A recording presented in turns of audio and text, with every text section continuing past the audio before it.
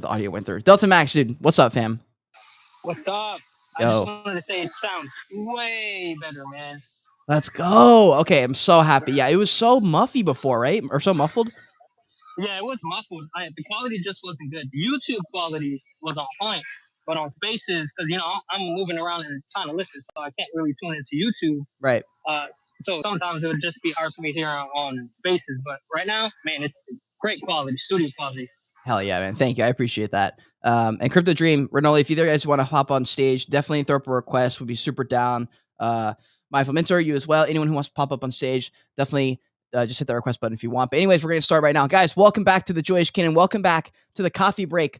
This used to be a show we ran every single day at 1 p.m., but that schedule just didn't work. I just felt like it didn't make sense to do it if there wasn't something that I was excited to talk about.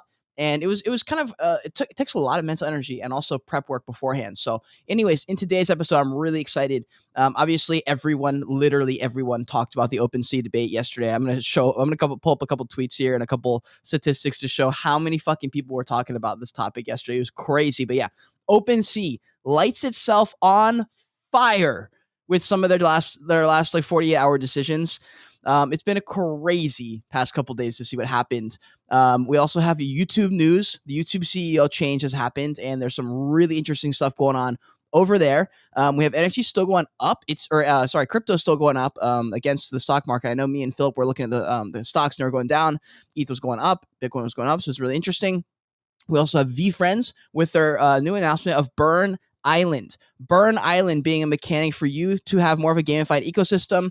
It'll be in like these phases, right? It's not going to be always available to where you can swap NFTs or burn them for some kind of experience or some kind of reward. There'll be like little like 5-10 day slots kind of thing is what from what I know, but we're going to read into it and talk about it. There's another NFT project by Veefriends that was dropped with just a couple thousand NFTs in the collection that I didn't know about till literally last night when I was preparing. So there's another Veefriends collection, guys. So I'm going to show you about that. So you guys can get all the alpha today. We also have Collabland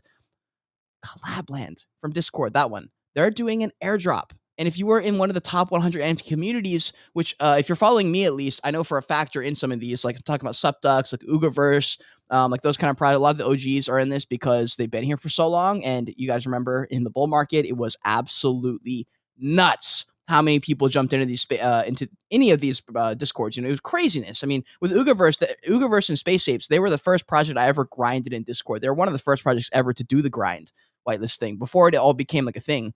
And I remember being like, God damn, dude, this is insane. And then after a few weeks, everyone was doing it. But my point is, there's a lot of shit going on this week. But before we get into any of it, make sure you hit that like button for me, subscribe to the channel, join the kingdom. If you're on Spaces, retweets and likes are the best way to support the space. I appreciate all of you. I hope to bring you guys as much of the alpha as possible. But before we do get into that part, let's talk about what just happened with YouTube. YouTube CEO, for after 9 years, says, you know what, fam? I'm finished. And she stepped away. Susan left the CEO of Twitter position, and the rest of the internet, other than NFTs, are pissed. This is what the reaction was pretty much across the board. They said, me finding out that she stepped down, yay! And then it was finding out that the new CEO, Neil Mahan, advocates for the removal of dislikes, addition to NFTs, and no swearing policy, and much more. So a lot of the normal world also kind of agreed with this. They were kind of like, what the fuck? NFTs are stupid. Obviously that's the only thing people can say. It's like they're an NPC. Like they see the word NFT and they immediately just type in scam. Like they literally can't help it. Their hands are like, it's ridiculous, bro. But yeah, I don't know about the other things, removal of dislikes, no swearing. That a little bit sounds kind of like Orwellian or Big Brother-esque. Like that's the part that scares me. Because there's a really, really fucking interesting topic. Like I just filmed a really great YouTube video talking about the UFC and why I think they're probably going to be the biggest industry that comes into Web3. And I thought it was a great video. And there's another video that kind of popped into my head yesterday at like 5 a.m. when I was playing FIFA. But OpenAI used to be open source. Now it's owned by Microsoft, right? Yet most people will still use OpenAI because it's the first one they heard of and the one that they're actually comfortable with. So at what point will people choose the other when it has more freedom, when their security has been breached? That's the answer, right? And like we're looking at that right now with Rumble. Rumble is like YouTube's direct competitor. Nobody's taking them seriously. They're not getting any media coverage because they're all about, total and elite, not elite, total autonomous control over everything. They don't give a fuck about anything that you do. And for me, I'm more of a fan of that than going whatever this is. But look, listen, if Neil's a fan of NFTs, let's at least ride that wave a little bit, fam. Let's just give our claps where we deserve them. Let's take this W. Let's just ride into the rest of 2023 and hope he doesn't remove dislikes and install a no swearing policy. That would be crazy. Delta Max, do you have any thoughts on that at all for the YouTube CEO thing? If not, you don't have to, but if you have any thoughts, let me know. Well, I was just thinking as soon as you said that, like, you don't appreciate something till it's gone, So the fact that I think it's going to be a huge hit, the fact that the swearing policy, because everybody swears in this video, we're all adults. So that's going to be a huge, huge, huge hit. But as far as the NFTs, that's a step forward. But I don't think, because like I said, what he's saying, we'll see if he implements it, because it's going to take a lot of work and it's going to be a lot of backlash.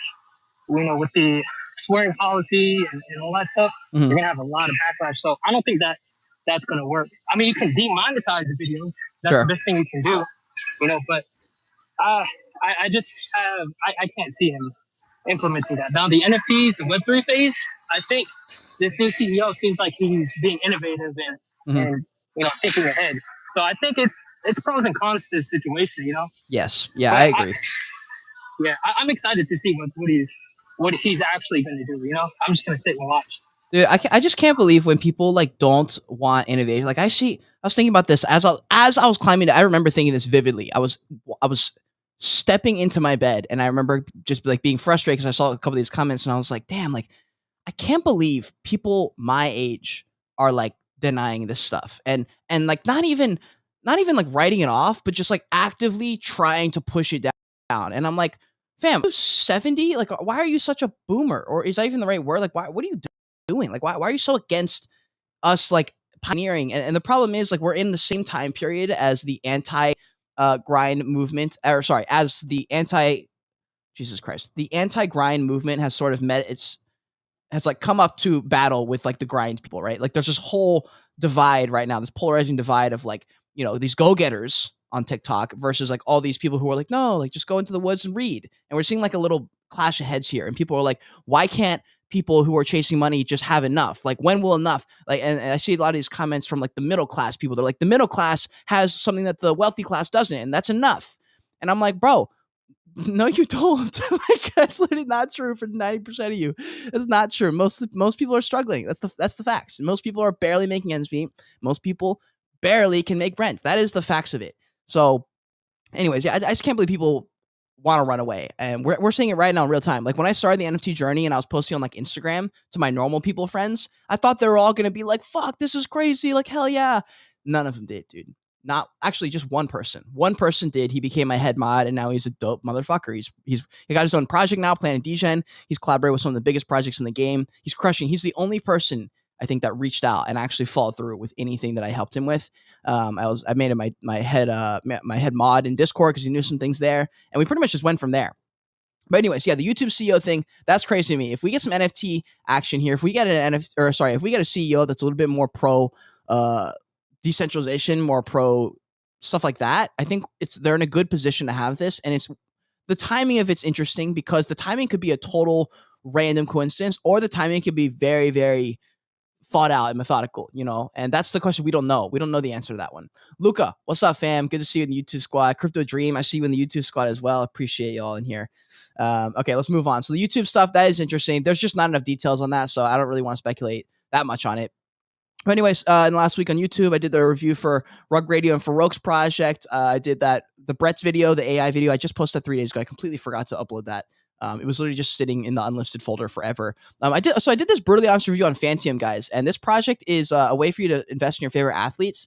They've got investments from like people at So Rare and like Sandbox and stuff, and actually their project was really interesting. So I ended up enjoying this paid brutally honest review. But it was, yeah, I don't know. This type of project is the one that I think this style of project is going to be the one that works, in my opinion. That's why it was kind of refreshing to review this project. But anyways, let's jump into the crypto markets. We're going to look at coin market cap. We're sitting at a $1.118 trillion market cap. Bitcoin at 21.5K.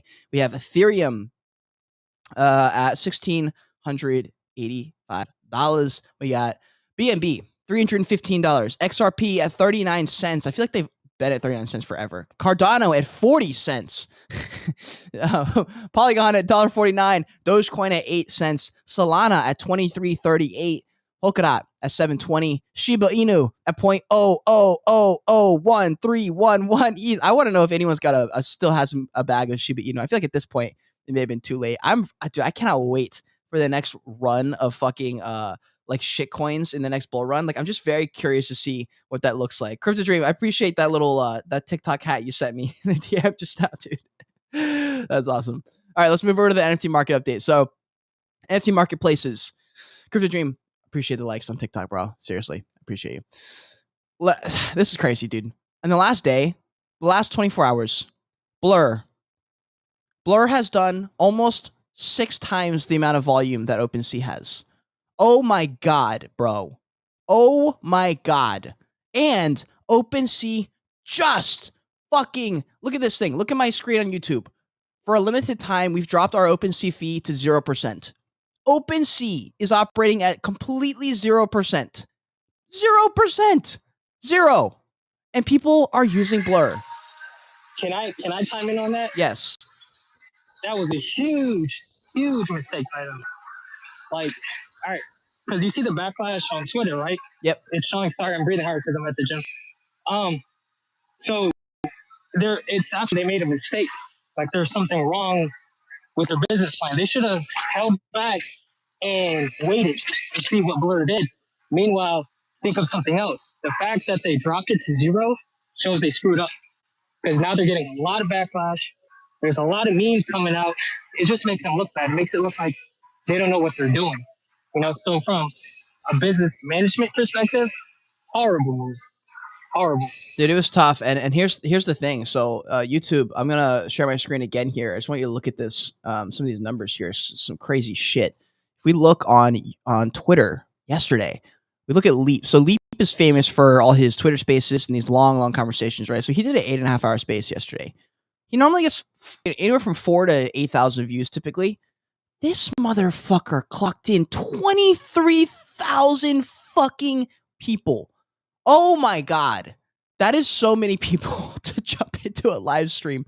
I mean, I know it's 8 hours, it's an entire workday, but like still 23,000 people jumped in, and a whole slew of people, guys. I watched part of it. I watched bits and pieces. I just don't have 8.5 hours to watch. I don't know how people do. I literally have no idea how people are in spaces for this long. I love spaces. I've told you, I even use spaces as part of my content, and I just cannot understand how people do this all day. Like, I saw Frank in there for like 5 hours. I was like, bro, how's that possible? Anyways, and like, what's her name? Betty Deadfellows was in there for a while. I don't think Gabe was in there. I feel like Gabe has. I saw he blocked Thread Guy, and so I'm like, damn. I guess like I thought they were cool. I thought they were boys. I am X Solar. Yes, I did cut my hair. I chopped it like 8 inches. 8 inches. I cut a lot off. It was very much needed. And I honestly, I didn't get it dyed blonde as much as I should have. I should have gone more blonde. So lesson for next time. And then also it's cool. I saw Farouk's comment. He said, "What a squad! A bunch of fucking Rug Radio PFPs in the squad." It's an interesting style PFP. Like, I like the art. I'm also a fan of like weird shit. So I'm down with it. I know a lot of people were saying that the art was a little bit too weird. It looked too much like aliens or something. But anyways, there was a lot of fucking conversations about this. A lot of good stuff. One funny tweet that came out of it was Frank saying, "I think the solution is to rename royalties to tips." And so this is interesting. And the first comment that I saw was really interesting. Okay. Magic Eden's response was hilarious. They said, maybe we'll try with just the tip and see how people react. But someone responded, and it was actually smart, and I forget who it was, but they were like, okay, yeah, I think it was poopy.eth from Doodles. And he said, yes, I'm actually a fan. He says, whatever, like tips, cool. But usually tips come as a transactional thing where each person gets value.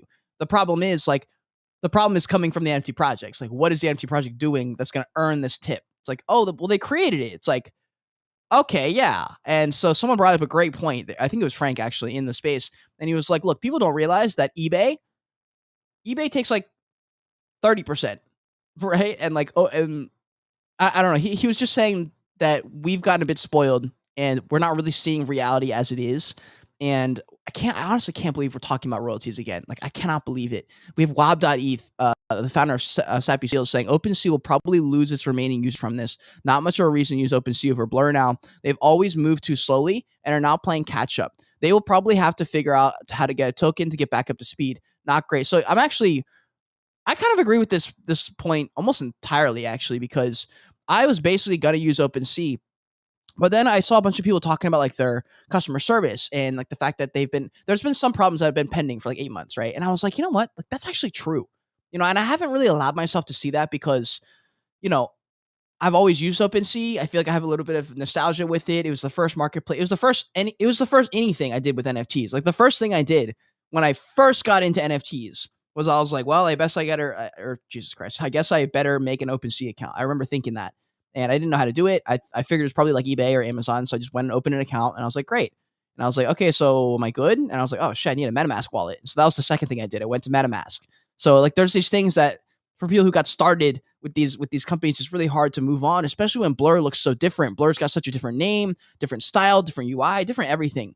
However, if people really start to move over to Blur and it's really not bad at stuff, and the UI is a little bit better, maybe it really will take over, But if OpenSea does a fucking token, it's over, dude. If OpenSea does a token, well, okay, I don't know if people still use it, but if OpenSea does oh god, I'm really getting rugged on YouTube. All right, we're saved. If OpenSea does a token, or if MetaMask does a token, guys, we'll all be rich. No cap. We'll actually be rich. I didn't make much from the Blur airdrop because I didn't use Blur, but if we have an OpenSea airdrop, that's gonna be litty. I cannot wait to see, because especially for my trader friends, those motherfuckers are gonna make like $1 million if they do that. So that'd be some crazy shit. Crazy shit. Let's see. I'm gonna roll through some of these YouTube comments. Do you think Blur can become something like Binance in crypto, and OpenSea is like Coinbase? Can Blur become more like Binance in crypto, and OpenSea is like Coinbase? Maybe. I mean, Blur is definitely targeted toward more traders. Blur is definitely targeted toward very active people trying to take advantage, essentially, right? I don't know what it looks like if OpenSea starts to change what they are, right? Like, I'm not sure. If anyone has an opinion on that, let me know. I'm not sure about that one. Cool. Okay, we're gonna move on to the next little tab here. So we're gonna roll through exactly what OpenSea said. So we're making some big changes today. OpenSea fee is moved to 0% for a limited time. So be sure to take advantage, guys. If you you might as well buy an NFT for 0% royalty, 0% fee to OpenSea if they're gonna make that a thing. Moving to optional creator earnings, a 0.5% minimum for all collections without on-chain enforcement, old and new. Marketplaces with the same policies will not be blocked by the operator filter. This was a point made because Blur basically said to blacklist them. X2Y2 basically said to blacklist them, kind of thing. A lot of stuff has been happening. It all started kind of like as a joke, sort of. Like I saw like the marketplaces would kind of fire back at each other, but it was all kind of like in good faith at the same time. And then we kind of like entered this like deep pit of the bear market, and it started to get a little bit ugly and toxic. And they started to kind of like fight each other, and it turned into a bit of a civil war. And not wasn't really a big fan of it. This wasn't really well received, to be honest. People are pretty much pissed, and I'm not really like, I don't know why they did it. You know what I mean? It's like, why bother doing that? And so X2Y2 comes out and starts trolling them. X2Y2 says, "Hey creators, how's it going? Are you tired of having to choose between OpenSea and Blur, or not receiving your full royalties? We hear you, and we've got a solution that ensures you receive 100% of your royalties. Here's how it works." So yesterday, Blur announced they won't pay the majority of royalties to creators who don't block OpenSea.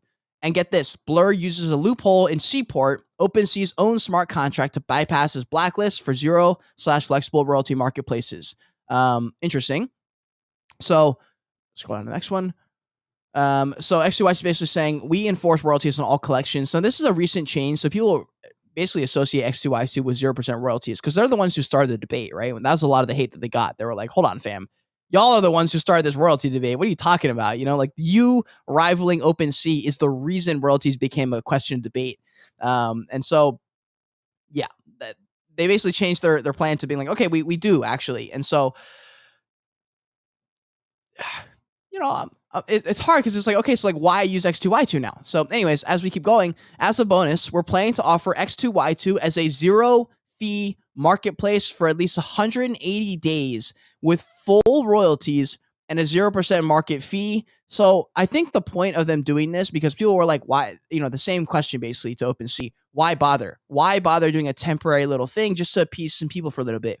I think the thing that what they're shooting for is that people say, okay, fuck it. I'll use them for 180 days. I'll use X2Y2 entirely, just them, because I get 4 royalties and I get 0% market fee. So I'm going to use them for 180 days. In those 180 days, X2Y2 is going to hope to win them over forever. So I imagine in the next, 180 days, so 118 divided by 3, so 6 months, right? The next 6 months, I don't know if I did that math right. 30, 60, 90, yeah, okay. In the next 6 months or so, X2Y2 is probably going to be making some big moves to really try and be a front runner here. I used to have a really good connection into X2Y2. Their head of business development, him and I became good friends, but then he ended up leaving. So now I have zero connections to X2Y2 other than the fact that they just follow me on Twitter. So RIP there, because I would love to get a conversation with them. I'm still going to reach out and see if I can get it, because I want to talk to them about this. But I imagine X2Y2 is going to come out. Jesus Christ. I need to slow down. I'm confident X2Y2 is going to do a bunch of stuff, which is going to increase the competition against Opensea and Blur, which is going to make Opensea and Blur do stuff. The only reason Opensea is doing anything is because Blur is doing something, and that's literally the only reason. And when X2Y2 started, that's when OpenSea started saying, fuck, we better start innovating and things like that. So anyways, yeah, all the comments were pretty fucking funny on OpenSea. You should see some of these memes, guys. Just block them. You should block them. You should block, like, everyone's just getting blocked. Like, it's fucking stupid, bro. Like, I can't believe we're doing that. This is the difference of Web3, dude. This is the Web3 move. Oh shit, I see Wacky actually responded here. So this is the connection I used to have. He used to be head of business development at X2Y2. He says, this is his response. Even better yet, want creators to block OpenSea and Blur, which is insane ass nowadays, considering 99% of liquidity is there, which I agree with. Give creators part of the team tokens no one is touching anyway, which show real intent to contribute positively to the NFT space and real care for the solution. He thinks this is a great move, but it's not enough. Too much market share has been lost by now. Got to incentivize users and founders to trade back on X2Y2. Remember that suggestion about giving the spare tokens to creators I had in my business plan months ago, way before Blur? Do it. So yeah, people are trolling on them because they were saying, like, look, y'all, the reason we're here, right? So anyways, if we look at the markets, I mean, they're at $1.5 million for the day. Blur is at 68 million. OpenSea is at 14 million. It's really not close at this moment. However, it could change. Right now, Blur has the spotlight. That's the only reason they're so far ahead. Blur has the spotlight for the next week or so. In a week or two, once the euphoria from this beautiful airdrop ends and, the royalties debate has moved on to whatever is next, which is probably going to be Bitcoin NFTs, because there's going to be some project that drops the Bitcoin NFTs ordinal or something. We will have moved on. It will have flattened out again, and we will see who really is going to have the market share here. So I'm very excited to do it. I'm excited to try out Blur a little bit more. I do want to get on just because I might as well. I feel a little bit silly not using them on a daily basis if I'm going to be covering them in my YouTube content. So I'll be using Blur a little bit in the next couple of weeks. We have top 10 NFT projects on the last 24 hours. Other Deed by Other Side at 2 ETH floor. Azuki, 15.18 ETH floor. Moonbird, 7.3 ETH. Mutant Apes at 16.25. Doodles at 5.9. Bored Apes at 76.5. Beans at 1.5. Ghost Boy, which I haven't heard of, at 0.36. Pudgy Penguins holding strong at 5.46. Clone X at 5.3. Nouns sitting at a 30 ETH floor. And Cool Cats at 2.3. Meebits at 3.5. Chex VV Originals at 0.9. And Chex VV Edition at 1.29. What was the one I was looking for? Oh, yeah, Oni One Force. That was the one that's like that super OG anime project. They're sitting at a 1.61 ETH floor based on speculation around them either getting acquired or some kind of massive partnership. So just keep your eyes on. I heard from sources that Oni One is not actually the company. So likely this is just a speculation play, but that is okay because that is pretty much just NFTs in general anyways. So hey, what's up, Cursor, bro? I see you, fam. I see Kai in the chat. What's up, dude? Good to see you. Shout out to sending me that book. I appreciate it, dude. He's a fucking author. He's out here writing sci-fi novels, and he sent me one, and I fucking appreciate it. I'm really excited to read that. Let's move on. All right, guys. So this is something that took the NFT world by storm. This kind of came out of nowhere. Gary Vee kind of teased something a couple days before, and then he drops this fucking trailer. So let's check it out. All right, I'm going to make sure I share the right screen here. All right, if I can get some thumbs up in the chat if you can hear this video in 5 seconds. 5, 4, 3, 2, play. raging bowels of the underrated underworld is a place of untold power. Burn Island. Burn Island is an incredible new addition to the Veefriends world. A groundbreaking deflationary platform. When Veefriends holders sacrifice their prized NFTs into its bubbly cauldron of lava, it awakens its mythological power. This is where the fun begins. In exchange for the sacrificial items such as mini-drops, book games, Series 2, and others, Burn Island's unpredictable eruptions will come with thunderous rewards. From swaps to sweepstakes in exchange for physical prizes, exclusive access to events, and other rare or limited edition NFTs. Without risk, there can be no rewards. So welcome, foolish mortal, to Burn Island. God damn, dude. God damn. What a... Like, you wouldn't even know that's Gary Vee. Isn't that crazy, dude? Like, what he's done? God damn, that's crazy, dude. That is crazy. A deflationary platform that allows Veefriends NFT holders to burn their NFTs for physicals or virtual rewards. By burning these NFTs through their eruptions, holders will uncover a world of new possibilities. What NFTs can be burned? Token burning can be performed with any NFT. However, Burn Island will primarily be used for those on the Veefriends smart contracts, including book tokens. Yeah, I know. On IMX. I'm sure you haven't heard of it since the burn thing that happened last time for Series 2. So what are eruptions? Burn events with specific requirements. No eruption overlaps with another. All eruptions have a start and end date, so it's almost like a gamified little contest or something. To participate, you need an account on veefriends.com. Check your eligibility and select from available exchanges. This is very similar to what people were saying should have happened with like Gabriel Layden with Digidagaku. He at least, and this is what Philip said from a business standpoint. He goes, I couldn't believe that he did this Super Bowl ad and he didn't even get their emails. Like, imagine if all you had to do to qualify was input your email in, and in a couple days, he's going to shoot you an email, and maybe you qualify for the whitelist or something. And now he's got like 2 million email addresses that he can sell for the next X amount of years, right? So what Gary Vee is doing is a Web2 approach, getting these people's contact information so that they can now reach out to them. They now have a platform on veefriends.com to be able to say, hey, here's what we got going on. And they can directly reach out to these consumers and customers and users and players. So this is cool stuff. So it's showing how much business does help if business is paired with the right brand. So that's kind of like the basis behind why I think UFC will more than likely be the biggest company that comes in or at least does the craziest shit and will have enticing stuff. That's just my opinion. And you'll have to see that video as to, I dive deep why I think all that stuff's going to happen. But anyways, so the first burn will start on February 21st and it ends on March 2nd. It's actually a decent amount of time. So yeah, you can burn NFTs for certain rewards. So if you got a bunch of random ass shit NFTs, you have been saved. Gary Vee has saved everybody, and he will be allowing anyone to burn their NFTs for a reward. Now, I'm going to imagine if you give him a fucking rugged project at a 0.004 floor, you probably ain't getting shit from him. Crypto Dream says that's a gamble. Kai says that's some sportsmanship. Interesting. Okay. So different opinions here. Delta Max, I don't know if you have any thoughts on it. If you do, definitely let me know.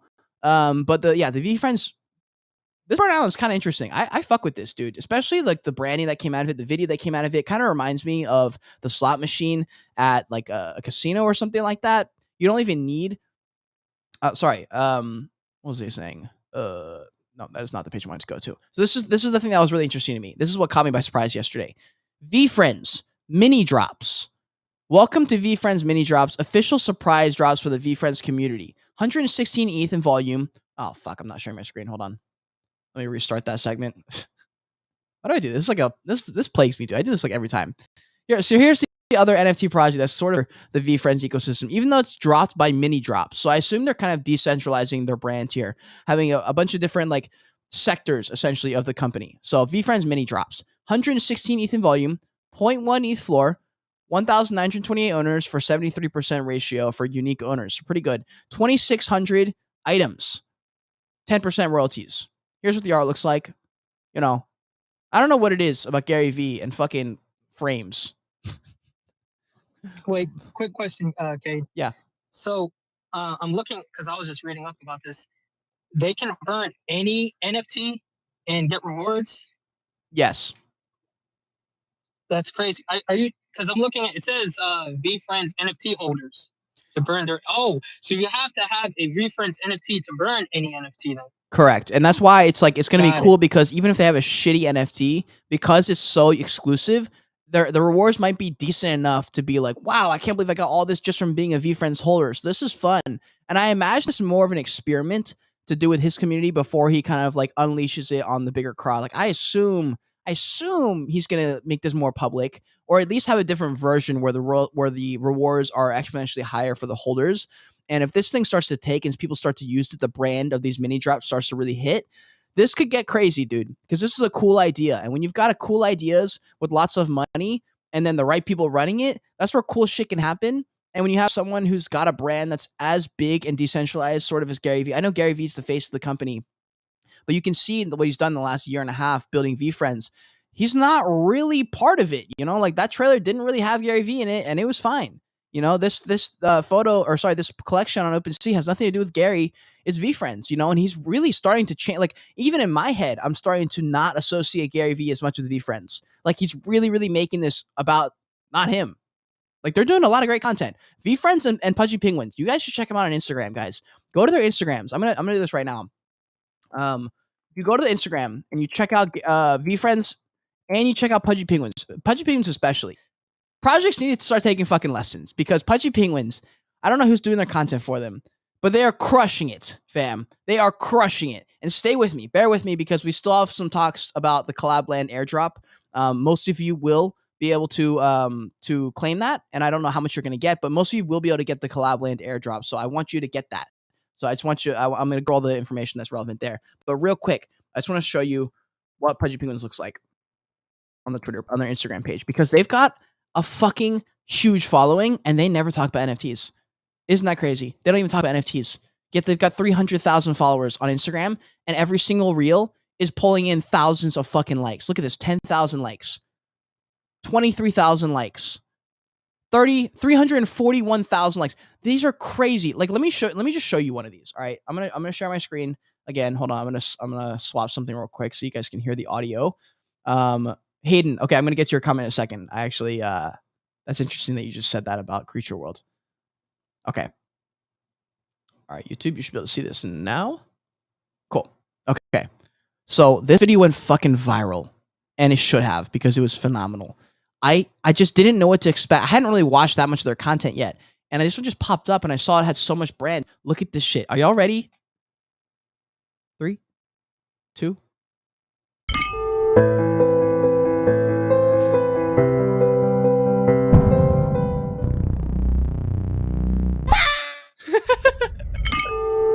It's unbelievable, bro. I'm like, are you kidding me?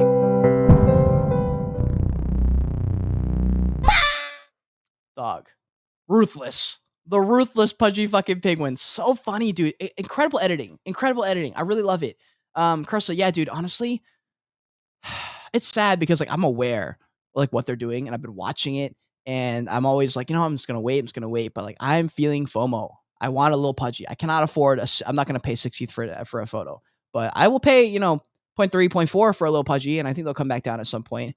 Kai says that's how you build a brand. You make it about the characters and the story, and people become interested. And that's the thing, dude. It's taken a year and a half for me to buy it, right? It's taken me a year and a half to buy into the VFriends ecosystem and be like, oh, I guess okay, yeah, I see what he means now. A year and a half. And that's Gary Vee. You would have thought Gary Vee could do it in 3 months. It took Gary Vee a year and a half to get people like me, to be like, you know what? This isn't really much about Gary Vee as much as it is about VFriends as a brand. That's crazy. Think about the amount of projects that are out there without Gary Vee, without a figurehead, without a business leader, without a team, without money, without brand already, and they're going to make it? Fam. That's why I think companies like UFC are going to be the ones that lead NFTs and Web3 into the fucking mass adoption, because I don't think it's going to happen from an NFT project that is native to Web3 unless they do a route like VFriends or Pudgy Penguins. I just don't see it. I see these companies that have real, true incentive and true followings with a decentralized ecosystem like the UFC, where they've got individual athletes with their individual plans, and they are as much as important as the actual brand of the UFC. But Dana White could be replaceable. Like it's very decentralized, and that's why I think it's really interesting. Carson says Pudgy Penguins have 1.7 billion views on Giphy. What the fuck? Are you serious? All right, dude. I need whatever Luca Nets is smoking, fam. I don't know what he's smoking, but I need whatever Mr. Luca Nets is smoking. I imagine it's ashwagandha. Dude, okay, real quick, before we move on to this Collabland airdrop, I've been taking ashwagandha for a few weeks now. I've also been reading and meditating more, so that's probably, I think they work hand in hand a little bit. But man, I think I see why a lot of people are comparing ashwagandha to derealization and desensitization, because I do feel a little bit more stoic is probably the best word I can use to describe it. I see a lot of people saying it just makes me feel nothing. Look, I still feel about the same as I did on, like, if I see a moving video, actually, you know what? Fuck, hold on. Maybe that's not true. I'm trying to think if I've gotten like emotional watching like an emotional TikTok recently, because I normally will get kind of like in my feels if I see some hella emotional, but now that I think about it, damn, maybe not. Fuck. All right. Well, ashwagandha has made me it's gotten me to do more stuff, right? So like the other day, it was like 10 o'clock at night or something, and I really didn't want to, but I needed to film something, and so I just did it. And normally I would have made up all these excuses. I probably would have smoked, hung out for a little bit at like 1 a.m. would have just been felt bad that I didn't do it. And then I would have gone to sleep and then woken up really late. And then I would have restarted the day kind of thing. But instead I just like said, fuck, I don't want to do this. Then I literally just turned the camera on and said, okay, whatever. And that's not been a thing for a long time. It's been since the bull run of last year since I felt like that, where I can just get it done. A lot of times I just won't make the video now because I'm like, what's the point? Like no one's looking for it, you know? Like I hate that. I hate that no one's. It's hard to make videos when like you know that they don't really care and they're not really looking for it. And the thing is, like, I love making videos, so I was like, okay, like, what am I doing here? Like, what do I actually want? Do I want to be one of these guys who just follows all the news on Twitter and like not making my own content and not giving my own thoughts, just kind of reacting to everyone else's thoughts? Like, that's not me at all. It's not anything to do. That has nothing to do with my brand. Like, what am I doing? You know, I'm like going against everything that I talk about. It's like sharing your opinion and like sticking by your side and like backing yourself up and stuff like that. And so that's why I made this video about the UFC. I was like, I need to start making some claims again. Fuck. I got to be the center of the topic. I got to be the one setting the standard and saying things so that people can talk about it. I'm like, why am I the one following everyone else's leads? Like, I don't understand why that became part of my brand for the past year. But anyways, last note before we move on to Collabland. So I just want to hit on Hayden here. He says, Creature World is slept on. So this one's tough because I don't know if it's slept on. Like I don't know what day he's got planned for the rest of life with Creature World. The fact that they're still sitting at whatever floor they're at, like 0.2, 0.3, after this long of pretty much not doing anything, pretty much a community-led art project. So if you're down with that, then yeah, in that sense, I could see it being slept on. Like I could see it pumping like 50%, but they're not really a project that's going to be in the limelight like anyone else. I mean, they got in the limelight last year, and the reason they became so iconic is because I think Shaq bought in, ? I think Shaq was the one who bought in, and that pumped their project to the fucking moon. They ran to like 4 ETH. I remember Dogepound was at like 4 ETH at that point too, because I remember I had sold out of Dogepound to buy into Creature World, and Creature World, sorry, hold on, what was it? So Dogepound pumped first. No. Oh, fuck, I can't remember what it was. Basically, I sold one that went to 4 ETH, bought another one that didn't go to 4 ETH. I was going to buy the Creature World, but I didn't. I bought something else, and that one didn't go to the moon. And then the next day, Creature World got bought by Shaq, and so they went to 4 ETH. And I missed out on a 4 ETH play, and I sold my Dogepound that went to 4 ETH before that happened. So I basically missed out on like 10 ETH of profits. So like, fuck me, dude. Yeah, taking some L's there for sure. Let's see. Yeah, honestly, Crypto Dream, I feel you, man. It feels like you're always behind. There's no way to keep up. There's some people here. You got to remember this. You got to remember that most of the shows are funded. Most of the shows have teams of multiple people researching stuff. They don't have to do the research and preparation for most of the stuff, right? They have help. They still do a lot of work. Obviously, it's still a ton of work, but that is why, you know, they've either dropped an NFT project or they have a monthly subscription. They have money coming in, right? And that's why this topic of royalties is such a big debate. I mean, Frank was sitting there the whole time saying something very, very chill, which I don't know why everyone was so mad about. He was like, look, guys, some money is better than no money. Would you rather get $500 of universal base income a month or just not get any money? Of course you want $500 extra a month. That's a huge difference, even though it's not, you know? And the fact that Opensea wanted to move to 0.5% royalty fees. And everyone's like mad about that because, it doesn't help the projects and stuff like that. That was a whole interesting debate because people were talking about the fact that it's like, fuck, I should have put this in the fucking first segment. I just forgot to talk about it, guys. I'm sorry. But like the Opensea debate of like, who is the one that should, like, the only people who win on the royalties are the project founders, right? The creators. But the people who are paying the royalties are the traders. And so like the discrepancy there is like, who do we care about? Do we care about the traders who are doing all the work, or do we care about the people who just dropped the project in the beginning? That's a question that's really hard to answer, especially because a lot of the projects were able to turn on, 5 to 10% royalties for so long. They already made all their money. It's the new projects that are all getting fucked over. So it's a really interesting debate. And there was something I was already talking about that I kind of got off track on, talking about the royalties thing. I don't even know what I was saying. What was I saying? Creature World? I don't remember. But yeah, Creature World's a project I want to get back into. What's up, Delta Max?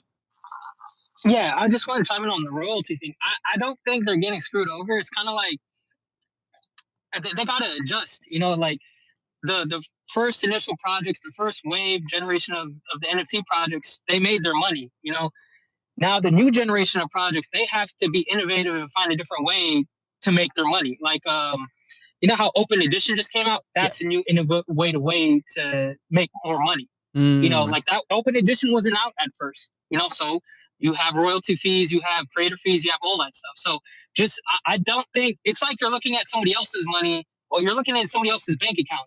Just mind your own business, create a plan and stick with your plan. If not, innovate, I think that's the big issue we have in Web3 and it kind of irritates me. I keep seeing like people are always hating on each other or always looking at other projects and looking at how much money they made. They should mind their own business and just innovate. Like if you don't think you're going to, if you don't think right now royalties, right, don't put any royalties in. Find a different way, innovate, and make money. And I think, in my opinion, and I know this is going to sound weird, I think we're behind in Web3. Everybody keeps saying, oh, the space is moving so fast. But, I've been looking at the space. We've been recycling the same thing over and over and over. And there's been thousands of projects out. Yeah. If there's been thousands of projects, that's thousands of businesses, it should have innovated. In Web 2, thousands of businesses came out. They've innovated. Yeah. We're stuck in the same spot at this point. It's a money grab. It's same thing with Opensea. Like, why are people hating on Opensea? Let Opensea like innovate. If they were charging, their royalties, you're using their platform, like you said, eBay. You're using their platform. They have the right to charge you. Now, what they have to do is find a different way to make money. At the end of the day, this is a business, and people are forgetting that they're a business. They need to find a way to make money. Yeah, they didn't respond correctly, but don't hate on the company just because they're trying to make money. They're giving you a platform to sell NFTs, and all these other projects shouldn't be looking at other people's wallets and saying like, hey, they got to charge 5% royalties, and now I can't charge 5%. So what? Find a different way, I agree, dude. I agree with here's the reason, guys. Here's the reason NFTs not move forward. It's because I stopped making YouTube videos talking about what's going to happen in the future. I swear to fucking God, fam. I did that shit every day in the bull run. And we were moving. No, I'm kidding. It's because we were in a bull run. That's why everything was, and it wasn't even real innovation at that point, right? Like, innovation in the bull run is like, who can make a fucking ridiculous tweet? Like, dude, half of me wishes I could go back to 2021 and just like start a fucking, like, imagine if we had started like open editions first, or if we had done like Freeman's first, like, or Dutch auctions first. Like, imagine how different the space would be. And this is what I'm talking about with my video ideas. Like, this is where my creative ideas flow. I just think of stuff and I write it down, and then they never end up happening because I got so busy trying to keep up with what was going on. And like, oh my God, this person's he's doing a space every day and this many people are following him. Like, I got to keep up. Like, I got to talk about this. People got to have my opinion on that. And it's really hard because you got to do both. That's why I kind of want to do these coffee breaks where if there's one that especially interests me, I'll try and go on stream and do it. And then I still want to be making, like, I'm really, really dedicated now, especially after this ashwagandha. I'm really dedicated to knocking out some of these videos because these are videos I want to make. They're videos that are interesting to me. And if the right people see it, opportunities will come to me. Right. Like, if I want to have any chance of like working with a cool company in NFTs, because in my opinion, that's probably going to be how it's going to work. I'm probably going to have to tie in some relationship, in some style, in some way. I don't know how, I don't know how much of a big partnership it'll be, but I think you do have to tie yourself to some of these bigger companies for more longevity's sake versus being like a content creator for X NFT project who's here right now, just because the chance of them being here in 5-10 years is really low. And if you're going to be here in a career aspect for the next 20 years, it's difficult, you know? Kai, yeah, I do write things down, Kai. I don't write them down on a notebook normally. I do normally use my phone just because my phone's on me and I'm just faster at typing. So that's normally what I do. But I do appreciate the notebook because I do end up flying through those. I go through little waves of journaling, and at some point I will get to that wave and I'll use the notebook, dude. I'm fucking excited for that. But yeah, dude. I mean, I think people. It's the lack of creative output. That's why we haven't done anything, dude. It's why nothing's happened. It's because not just me, but all of us have started following the news, following what Frank is saying. What is Leap talking about today? What is Thread Guy talking about today? What is Farouk talking? Like, that's the space. The space has become that. You know, it's no longer who has the alpha on spaces. It's who has the most people so that I can jump into spaces and get followers from saying something. Like, that's why people are tuning in. It's like, look, all the shows are great. They're all great. Farouk's show is great. Rug Radio is great. Leaf's Space is great. Whatever. Daily Doses, they're all great, right? And if you start to listen to podcasts and shows, you start to realize there's not a huge difference a lot of times between them. You know, they're all kind of talking about the same stuff. They're all kind of saying the same thing. And then you have to ask yourself, like, why are people tuning into the different ones? And it's like, well, maybe they really like having a discourse with this person. But likely, you know, certain numbers, there's a reason there's going to be like 500 requests to speak in a space with 1,000 people. It's because they're aware that there's 1,000 people in there. And it's difficult because it's like, that's really hard to battle against when, if you're trying to put out value versus everyone's trying to get followers because we're in a bear market, and it's really hard to, you know, convert your value into anything actually helpful for yourself or money. A lot of people have moved away from value and went to straight entertainment, which is fine. You know, that's natural. But if you want to be here for a long career, you still have to put out value, which is why I never stopped the podcast. It's why I never stopped. Even if it slowed down, I never stopped making the videos where I did share my opinion. I still shared it. I just want to make a more intentional effort to do it. So anyways, I appreciate y'all kind of sticking with me through here. We are going to finally hit on this Collabland airdrop for our final topic. This is cool. This is kind of came out of left field too. Like, who the fuck could have predicted this? Collabland token claim, February 23rd, 2023. That's in a week. Here's what you need to know. The only token claim is wagme.collab.land. Please, God, quadruple check this before you do anything. I almost never go anywhere except the official Twitter of an NFT or any kind of like company. I go to their official social media and I make sure it's their real social media because there's a ton of fake ones. And I go to their website from their link trees or from wherever they have. So just be really, really careful about that. Anyways, token timeline. It begins on the 23rd, ends on May 23rd. So it's a 1 month token claim. I would suggest you get in early because we don't know the longevity of this. I cannot for the life of me think of what they could possibly do to give actual value to this token, because they are literally a authentication on Discord. So it's one of those things that it's great and it's very much needed, but what could they use a token for? You know, like, that's my question. So, you know, let's just keep going. So who's eligible? There are 3 groups eligible for the token claim: Discord and Telegram users who have connected their accounts to Collabland. So, you know, that's like most of us, I would say. Collabland membership NFT and patron NFT holders. So I didn't even know that was a thing. I literally had no idea. And then the top 100 Discord communities. So how does the claim work? If you're in group 1 or 2, which is Collabland membership NFT and patron holders, or Discord and Telegram users who have connected their wallets to Collabland, your claim will happen on wagme.collabland. You will authorize your Discord or Telegram account, verify your eligibility, learn about the DAO, and submit your ETH address. Tokens will then be, Tokens will then be sent to you. And that's literally it. So why did it make me open up a whole new page just to read one extra sentence? Why? Okay. What about the top 100 Discord communities? 15% of the total collab supply is earmarked for the top 100 Discord communities. To receive tokens, the admins must submit a proposal outlining how they will use the tokens to further engage and reward their people.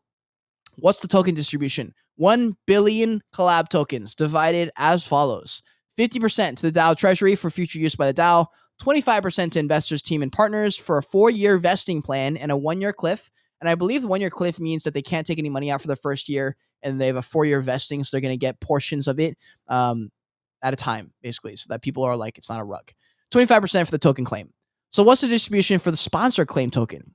The distribution of the 25% total collab for the token is 8% for verified community holders, 16% for patron NFT holders, 16% for membership NFT holders, and 60% for any top Discord communities. So what do you need before the claim begins? If you're a patron NFT or membership holder, just join their Collabland Discord and verify your role.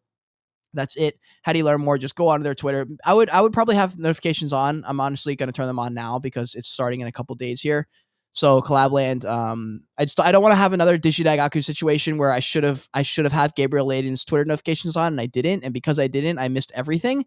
And I guarantee you, if I had just not thought that it was at halftime, I would have been able to claim all that. I just wasn't paying attention. So in NFT land, guys, the name of the game is literally who can pay attention the best. You know, like if you have the right people's notifications on, if you know the right people, you will have success.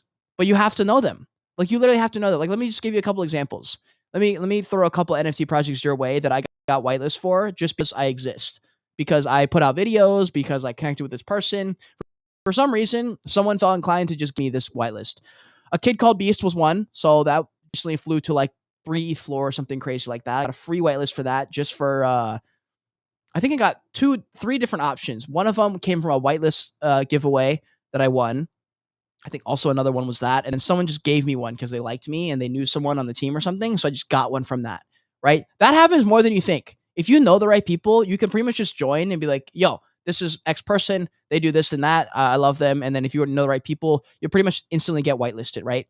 Another one was like Antonym. That one flew to like 1.5 ETH floor at one point. They've crashed tremendously because they have fucked pretty much everything up, which sucks because if they just didn't fuck it up and they just did everything they said they were going to do, that they already said they were almost done with, they would probably be one of the top projects in the space. I was really excited about them because everything they had seemed legit. And that's the problem, is like you literally don't know if they're legit. You're just hoping and guessing. That's why we put an emphasis on the team and the branding of the founder, because it's like that's all you have, you know? And Crypto Dream, I see you're going to stack up more before you go into any more NFTs, apart from getting your wolves back. Yeah, dude. So and I saw your comment earlier about Blur. Like, how will they navigate the NFT space in regards to NFTs that get hacked and scammed versus Opensea, whose only fucking answer to that has been just flag it indefinitely and just leave it stuck? The stupidest shit ever, dude. Like, how can you still have that be your answer? I hope to God Blur does something different. I hope I can get my NFTs unflagged, Crypto Dream, so I can send you back your fucking wolf. I'm glad we have at least it's safe. Like, you know, it's not going to get sold or lost. Like, you know, you have it. It's just like it's not technically in your wallet until it's the thing has been lifted. So anyways, what actually, you know, there's a final topic here I kind of want to like quickly hit on, since we're at 52 minutes. We can probably chop it at the hour. But the topic of CBDCs, so centralized backed digital currencies, right? So this is kind of like when people talk about a government issued token. So I just found out about this at yesterday. I was talking to my friend Jesse, and he was like, "You hear what's been happening in China?" And I was like, "What?" Or was it China or Korea? I think it was China. And he was like, "Well, in China, they issued a new coin, and there's no more money." And I was like, "What?" He goes, "There's no more money. They have this token, and it's your social credit score, and it's your money, and they have all 100% control over it. If they don't like something you posted, they will cut off your connection to the funds, and it's not even real. It has no real. You can't. I don't think you can exchange it for US. It's not cash. It's not USD backed. It is random tokens that they minted, and this feels like Black Mirror. Y'all seen that Black Mirror episode where the social score is above their head? They can't get into certain buildings without a certain credit score. You post a really good breakfast selfie, you go up 2 points. You know, you do things you're supposed to do in the eyes of the government, you get better points, you get better benefits, better perks. If you don't, you don't, you know, and that's fine if it's an optional thing. But if it's a government issued thing and they say this is how we're doing it, that's about as Orwellian as it gets, and I'm fucking terrified. And AI scares me because AI has the opportunity to do both. We could either get giga fucked beyond belief. Plus, dude, okay, I've said fuck way more times than normal, and I think it's because the new CEO of YouTube doesn't like swearing, so my subconscious was like, fuck him. Okay, Kai says something interesting here. He says, bro, the Orville did a great episode about that, a planet run as a total democracy by social votes. Yeah, dude, that's the thing. It's like these things sound fine, and then like if it happens, we're going to find ourselves 10 years in and be like, whoa, what the hell happened to us? You know? And we're already in it. Like when people talk about these things and they say, oh, I can't imagine what that would be like. The thing is, like, we're already in that right now. I mean, just think about it. We just watched COVID happen a year ago or a few years ago, right? And they literally were like, okay, you can't go outside. Dude, like and they enforced it. Like you couldn't go outside. You couldn't go to the store. It was crazy. And so like they just said that and we had to do it. And I think that's like those conspiracies come up and people were screaming about them all when they were happening. Like this is just the start. It's going to turn into this. We could not have probably predicted exactly what would happen. But the fact that these CBDCs have found themselves in some of the biggest countries in the world and they're being used right now. Let's just look at this one. This is from Blockworks. So CBDCs are gaining steam. Results may vary. This is scary, dude. Nigeria's Enaria is what they're calling it, has been called a dark experiment with deadly consequences, bruh. This is scary shit, dude. This is scary shit. I see Meg BZK in here. I know she talks a lot about, well, not a lot, but she's mentioned things about CBDCs before. Dude, this entire concept is scary to me because, like I said, if it's an optional thing, if it's a thing for like, if it's like an extra thing that you can participate in if you want, it's dope. I'm down. And every successful brand will probably use their own version of the token. Like if the UFC comes in, they're going to have a UFC token that allows you to do stuff within their ecosystem of the UFC, as they should. And every other entity will have that. And so it's only natural that the governments are going to have that as well. It just gets scary for me when it's like, how much of it is mandatory? How much do you have to now use? Can you not get gas now without using their token? Meaning now you must have their token. You must now adhere by the regulations that they're setting because you need the token to pay for gas. And that's where it gets scary because it's one of those things that it starts off really easy. It starts off like, yo, don't worry about it. It's just gas. No problem. And then it turns into like, oh, now you can't like get healthcare because healthcare is not being taken and only accepted in this currency. And you're like, oh, I see how this is getting ugly, and then it turns into something else. And it's like, okay, you can't get groceries now. Walmarts are blacklisted from cash. Walmarts are blacklisted from Ethereum. Walmarts are blacklisted from this. And it's like, ooh, oh, fuck. We did not see that coming. And that's where it gets nerve-wracking for me. So it's these kind of conversations I think that are important because I think this is where ideas can be generated from if you give yourself the permission to think intentionally about these things. And my goal for the next few months is to, I might as well, since I've got like a multiple month supply of ashwagandha, I might as well try and see if I can single-handedly lift up the Web3 space and figure out what's going on, or at least make some interesting content. So at the very least, you can expect to see some good content coming out, some cool podcasts coming up. We have Bryson coming on. We have Blockchain Boy coming on. We have Parissa from Veefriends coming on soon. We've got Izu's coming on. Izu's actually going to be doing a collab with Joyage for some Where to Earn clothes, which I'm very excited about. We're going to be able to get those to some of our holders. So that's going to be sick. That'll be probably, if not the first, one of the first companies to ever install like Where to Earn into their clothes. And the fact that we are a fucking YouTube brand technically, and within a couple of years we have sold and made clothes, and then we've paired up with a Where to Earn, which gets people to be literally compensated for just wearing clothes. I mean, that's crazy. So I'm just excited to just dive into that world, period. But yeah, a whole lot of shit is going on in the world, fam. A whole lot of shit. I hope you're staying up to date. If you're not, don't worry, because there will be another story tomorrow and it will be just as important as the one yesterday, and in 3 weeks, neither story will matter because the other story will matter more. So don't worry about those things. Very rarely does something come along where it actually matters. Think about a story that actually lasted more than a month. I can think of SBF because it has to be, like, it's a trial. So it's literally just going to last a long time. So it was inevitable. So the SBF, fucking situation, Andrew Tate barely lasted 3 weeks. You know what I'm saying? Like the number one Googled man on earth only lasted a few weeks. Bro, I've forgotten about that dude. Where's he at? I mean, he's in prison. I know where he's at. I know he's in prison, but it's like, man's gone, and nobody cares anymore. Like I still see videos popping up, but like, if Andrew Tate goes on a podcast, he's not getting 1.5 million views every time anymore. Okay, that's actually not true. Now that he's gone to prison, he probably will. But it just goes to show that you're not going to miss anything for real, and especially in like 50 years. You think about it when you have kids or grandkids or something, almost none of those stories are going to matter. There's going to be 3 or 4 situations that ended up mattering. 3 or 4. 2 or 3 big decisions in life, 3 or 4 big stories, and then the rest is noise. That's actually what it is. And that's really hard to remember when you're living it day to day, because the only thing you can think about in the day to day is what's happening, the main story of the day, the main topic of the day, especially if you're a content creator, or you're, hanging out in the Web3 space, you're on spaces all day. It's just interesting, dude. It's interesting. So anyways, guys, that is pretty much all I have for today. Delta Max, if you have any thoughts, final thoughts before we pop out of here, let me know. But other than that, dude, I mean, that was a pretty fucking great stream. No, sir. Great show as always. Hell yeah, man. I appreciate you. I hope you got in a good workout. Crypto Dream, I see you in here. X.Inc., I see you in here, fam. Shout out to you guys. Thank you so much for being in here. YouTube Squad, I see Kai, Crypto Dream. Well, I guess he somehow Crypto Dream is in like 7 different platforms. He's like on every platform watching this. I don't know how many devices my dude has access to, but he's everywhere. I see John in here. Holy shit, I didn't even see John's question. Wait, okay, let me answer this real quick before we jump in. Universal basic income is coming along with deep fakes. We'll all call for blockchain. Okay, so, dude, I wish y'all, I would show you this, but I'm not going to, because I don't want to pressure myself. But I have got about 10 videos that have to do with UBI, or deep fakes, or AI, or metaverse style stuff. And they are all very interesting topics. And I already have all the titles written, and I'm like excited to go into them. I'm excited to eventually be able to film these videos soon. But man, dude, the conversations about UBI. Can I chime in? Yes.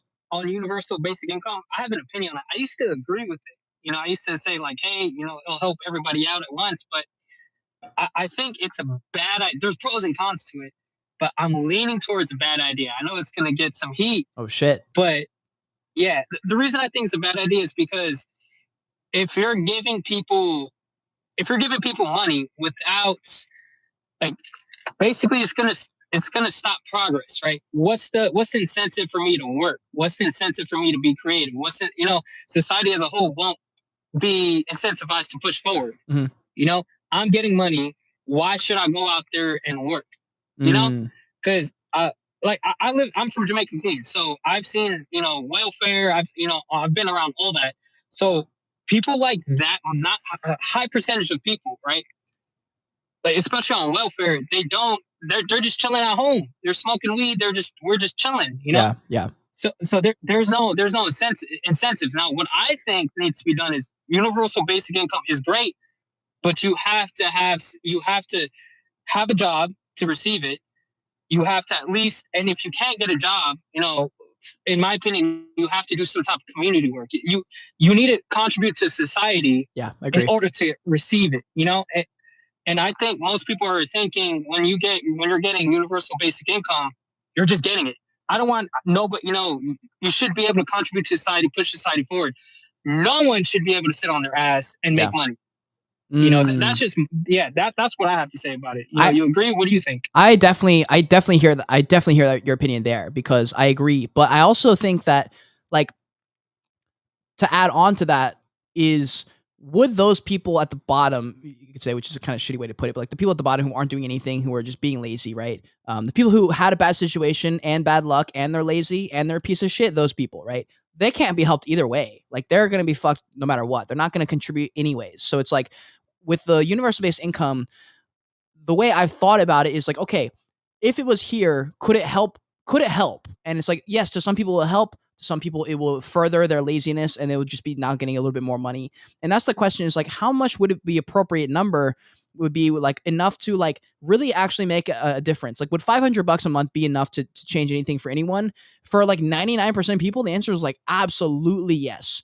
For people who aren't like 100% living paycheck to paycheck, who have a little bit of savings and stuff, maybe they want $1,000 a month. Some people want $2,000. I think anything more than like $1,000 a month gets risky for me, because I think I agree with you. Anything more than $1,000 a month, it gets really hard to start going to work, because you're like, man, $1,000 pays for 75% of my bills. Like, maybe I just won't go to work every day. And like, and here's the thing that goes into another video. The idea that I have is like, the idea of decentralized work. And I'm going to write this down again in case I didn't write this down earlier, but I have it actually. Decentralized, it says decentralized work, Amazon, DoorDash, freelance, UGC, Uber. The reason I made that video idea is because the other day I was walking back from the gym, and I got a call from Amazon, and they were like, hey, like, we're here to deliver your package. My apartment has this fucking stupid thing where I have to go and get it anyways. So they called me like, hey, like, are you there? And I was like, hey, I'll be there in like 2 minutes. Can you wait? thinking they were going to be like, no, because I figured they were in the Amazon truck, and they're like, no, we got to fucking deliver the rest of these packages. So they were like, yeah. And I was like, oh, okay. So I like rushed home to get back, and it's like a normal girl in like a normal car, and she's like holding an Amazon package. And I was like, oh shit, this is like freelance. This is like DoorDash. This is like Uber. This is employed by Uber. So, employed by Amazon, but she's an independent worker, meaning she can probably choose her hours. She can probably choose where she works, how long she works, which orders she takes, things like that. It's a decentralized work environment style. And I'm starting to see a lot of optionality for this. We saw the advent of everyone going virtual for a while. For a couple of years, a lot of companies went virtual, and they were like, fuck, we didn't know that was even possible, but now it is. And it comes to this point where it's like, are we going to get to a point where people want it so bad that the companies have no choice but to make a new division that is a more decentralized version where people can now choose their own hours and do their own thing?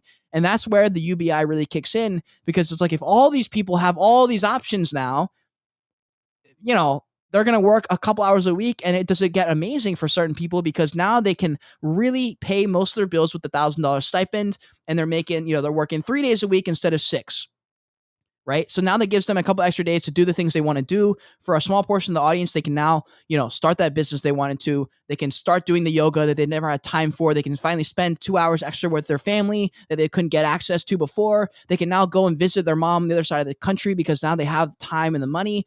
And then there will also be a portion of the world that is pieces of shit that just utilize it and exploit the system. And I think all of them will happen.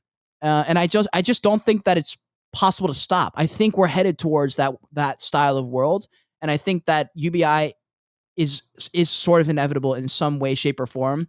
And for me, I think it's better than not. That's my current opinion, at least. I think it will do more. Fuck, I don't know if I could say more good than bad, but I think there will just be a fucking lot of good and a lot of bad. I just see the half glass full option, I guess. I don't even know if that made sense. That's about. Do you have any thoughts on that? I agree with you. I agree with you 100%. I think, especially is what you're saying about decentralized work. Yeah. Now the 8-hour workday. Honestly, when people go to work, they're not working for 8 hours. Definitely not working. Yeah. Most of the time, yeah. From what I've seen, they're messing around for at least 4 to 5 hours. Right. I know that's me. I see my coworkers. That's what I see. 8-hour workdays isn't necessary anymore. Maybe 5-hour workdays or 4-hour workdays, or even cut the workdays down to 3 days. Yeah. So I agree with you 100% on that. And as far as UBI, it definitely will help people. You can leverage it. I just want it to be leveraged correctly. I want it. If you want help, you have to contribute somehow.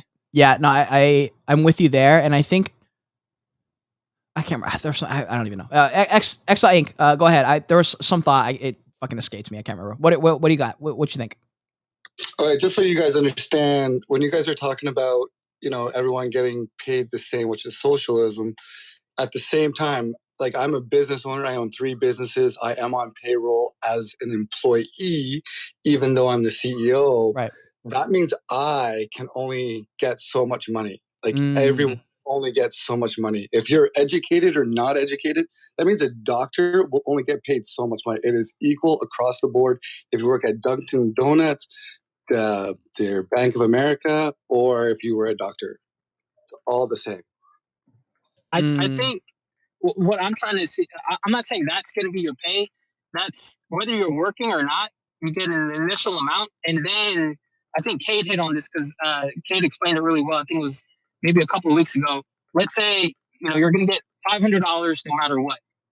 And then if you do work and you work a 9 to 5 and you're getting, like, say, $800 a week, that $500 is just going to be a supplement to it. You're going to get your regular base pay for your job, and then you're going to get the UBI on top of that. So UBI is just assisting people.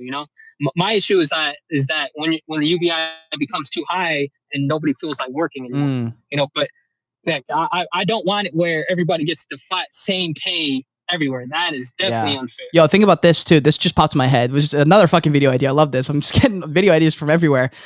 Think about the red pill movement that we've seen, right? For the past year, we've seen the red pill movement. When and if UBI happens, in my opinion, when it happens and people are starting to get a little bit of money, the red pill community is going to fucking explode because of the, in quotes, opportunity now that you have, that you're getting $1,000 stipend now. You have no reason to stand there unfazed. You know what I mean? Like, it's just going to blow up. Like, people are going to be like, you have no reason not to do this. And that fucking industry is going to explode. The gym industry is going to explode. The fitness industry, like all these companies and industries that are huge right now are going to explode like a million times X, which is going to be crazy, which is why I'm not really that worried about,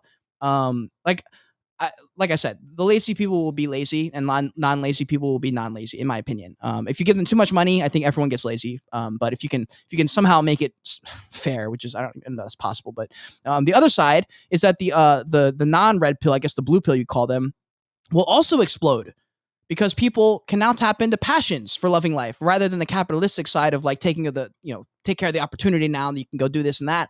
The other side is going to be like, yo, like now you should really meditate because you have the time, kind of thing. Like you really should just like enjoy life and that kind of thing. And like, don't be a capitalist. You're already getting money. Like we're going to see both sides explode heavy, which is probably going to increase polarization.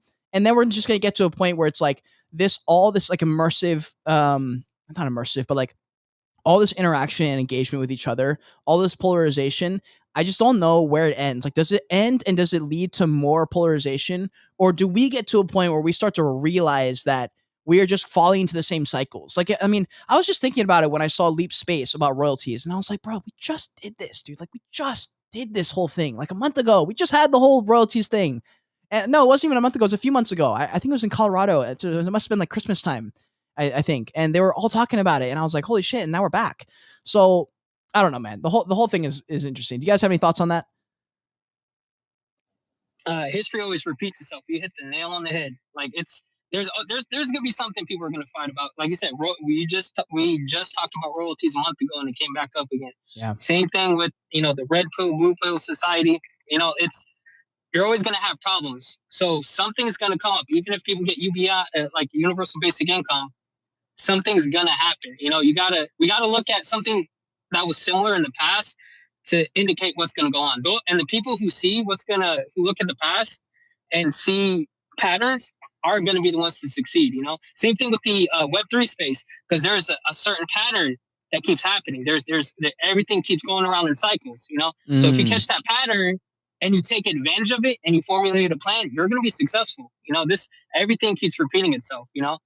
But and also another thing about these red pill society people, there's only like a small percentage of people that actually do something about it. True. Half these people, like 90% of those people, are just watching those videos and reading these self-help books. It's just like a mental masturbation. You feel good while you're reading it, but it's useless if you don't take action. It's literally what it's called, mental masturbation. Yeah.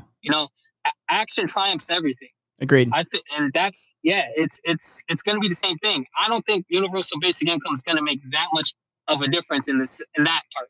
You're going to have those small percentages of people that are just going to sit around, try to get motivated, do something for about a week, and then when it gets too hard, they're going to give up. What I think is good is the standard that it raises. I like that the red pill raised the standard for men and for everyone. Like I like that they said do more fucking push-ups, quit being a bitch. Like do more push-ups, get more, like make more money and like get more things done. Like I like that attitude. I'm down for that. That's my standard.